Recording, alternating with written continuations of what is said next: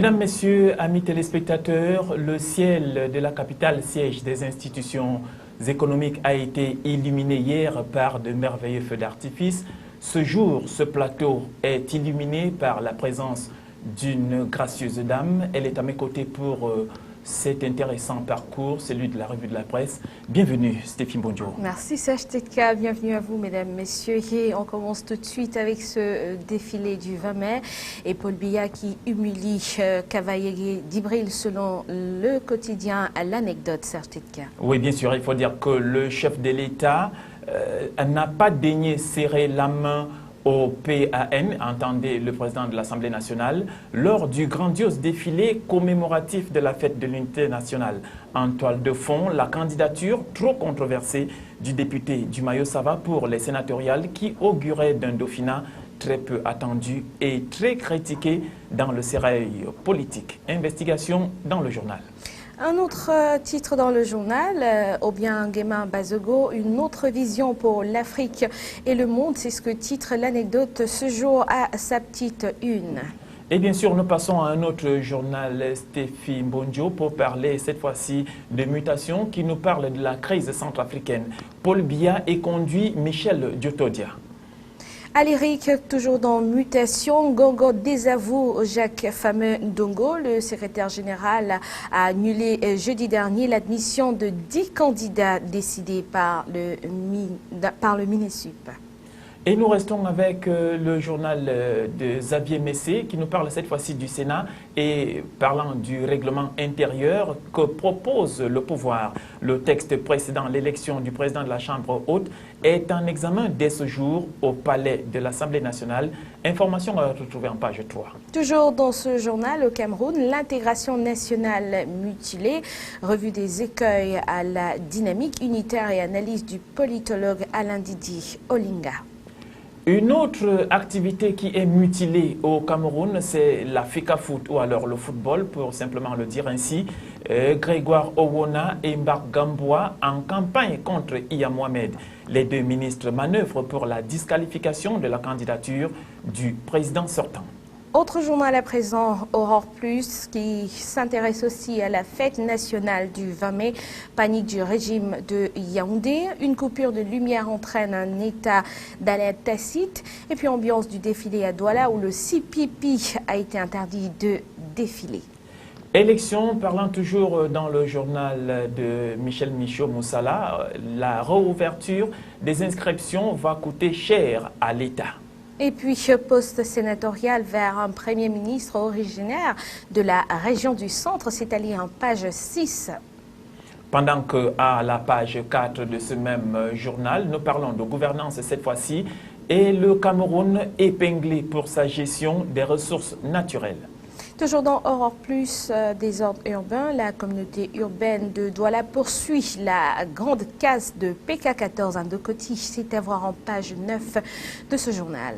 À présent, nous parlons avec le Messager, le journal de Feu Pius Noumeninjawe qui revient sur la fête du 20 mai, l'unité nationale dans la désunion, titre le quotidien des partis politiques interdits de défiler à Bafoussam, les étudiants se débinent à Boya, communion entre soldats nigérians et camerounais à Yaoundé, à Douala, du désordre au menu.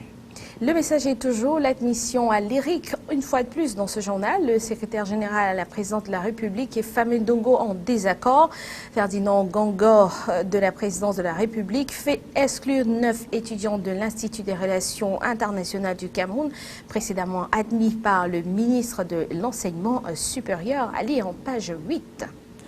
En page 2 du journal Le Messager, nous parlons du problème centrafricain et plus précisément avec en exclusif Michel Diotodia qui affirme que Bozizé ne va pas rester éternellement au Cameroun. Le président de la transition en République centrafricaine en visite en Guinée équatoriale était face à la presse. Un peu de panique toujours dans le quotidien Le Messager avec ce terrorisme. 60 véhicules camerounais saisis au Nigeria. Ils sont soupçonnés de contenir des explosifs et armes appartenant à la secte Boko Haram. Le Messager nous parle encore et toujours des turbulences à la FECAFOOT et nous parle des élections plus précisément pour nous dire que Begeninde et Marlène Mvutu défient Iya Mohamed. La commission de recours a jugé la candidature de la présidente de la Ligue du Sud recevable. L'œil du Sahel aussi sur la table de cette revue de presse aujourd'hui. Politique, le Grand Nord prépare son parti. Des cadres du Rassemblement démocratique du peuple camerounais et de l'UNDP mettent la dernière main au projet. Les dessous de la future formation politique, c'est en pages 2 et 3 de ce journal. Le journal L'œil du Sahel qui, lui, nous parle de Ray Bouba dans ce Lamida très réputé et très connu où 45 tout-pourris ont été déportés pour des travaux forcés. Du sport aussi dans L'œil du Sahel, élection à la FECAFOOT, comment Bargamboa et Grégoire Oona ont manœuvré pour invalider la candidature de Iya Mohamed. Les deux ministres ont fait pression sur les membres de la commission de recours des élections, invoquant de très hautes instructions de la hiérarchie. La nouvelle nous est parvenue à cette rédaction ce jour pour nous parler de l'opération Épervier. Comment Amadou Ali Do Collins fabriquait les listes des milliardaires, la liste des comptes bancaires recensés. Déportez-vous simplement dans les pages 5 et 9 du journal La Nouvelle pour avoir d'amples informations. Là, en titre 1 toujours de La Nouvelle, Gabégie et corruption zoom sur un important réseau de détournement au ministère des Finances.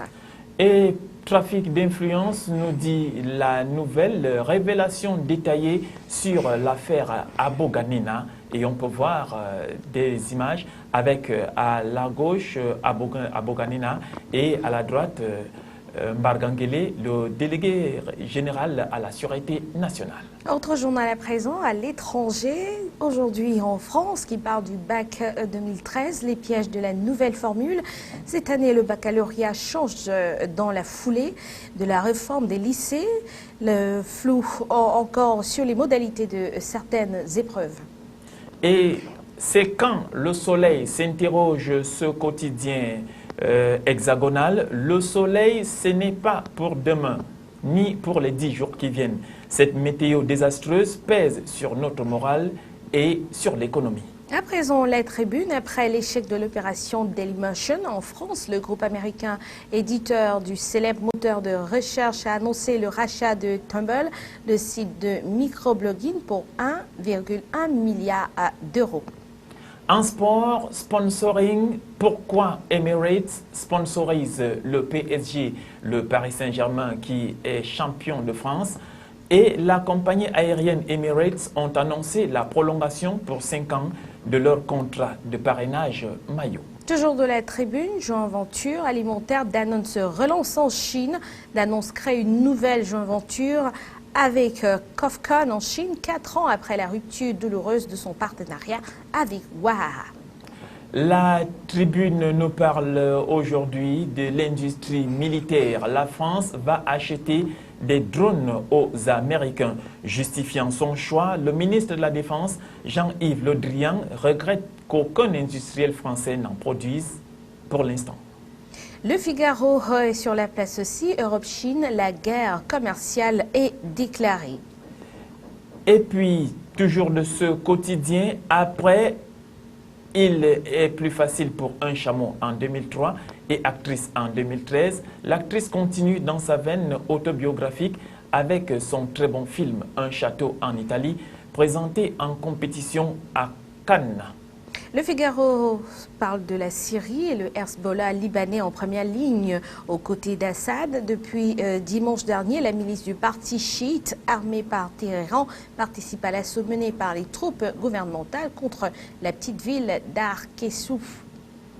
Toujours de la Syrie qui nous présente Bachar al-Assad qui reprend la main. Le président syrien est en passe de reconquérir Ouassar, localité frontalière stratégique. Le régime profite du soutien indéfectible de la Russie et de l'Iran.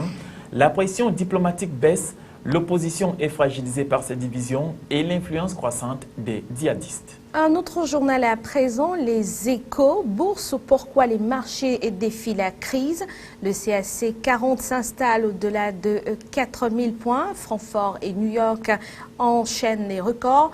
L'abondance de liquidités et la recherche de rendement poussent les investisseurs vers les actions. Et puis, Les Échos qui nous parlent de Tumblr, le pari à 1,1 milliard de dollars de Yahoo Internet. Moins d'un an après son arrivée aux commandes de Yahoo, Marissa Mayer passe à la vitesse supérieure.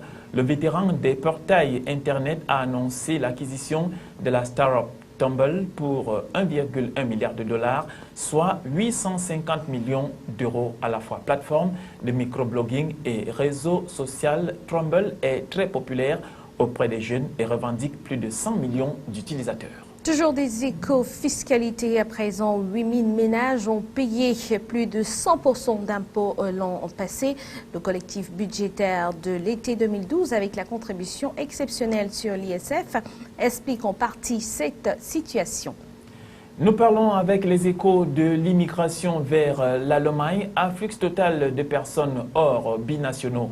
L'Allemagne attire toujours plus d'Européens du Sud. Le pays a accueilli 1 million d'étrangers en 2012, un record depuis 20 ans. Immigration l'an dernier, 966 000 étrangers hors binationaux sont venus s'installer outre-Rhin pour quelques mois, année ou définitivement, ce qui représente une hausse de 15% après la vague des pays de l'Est de l'Europe. C'est au tour des diplômés des pays du Sud de rechercher un emploi en Allemagne. Voilà, c'est la fin de cette revue de presse sur CAMnews 24. Mesdames, Messieurs, merci de l'avoir suivi. Serge Tetka. Oui, tout le plaisir a été pour moi. Il est vrai que vous avez été là, comme les feux d'artifice l'ont été sous le ciel de Douala hier. Merci d'avoir été dans ce studio, que vous retrouverez certainement demain. Quant à vous, chers auditeurs, chers téléspectateurs, chers lecteurs, allez devant les kiosques, achetez un journal. Merci.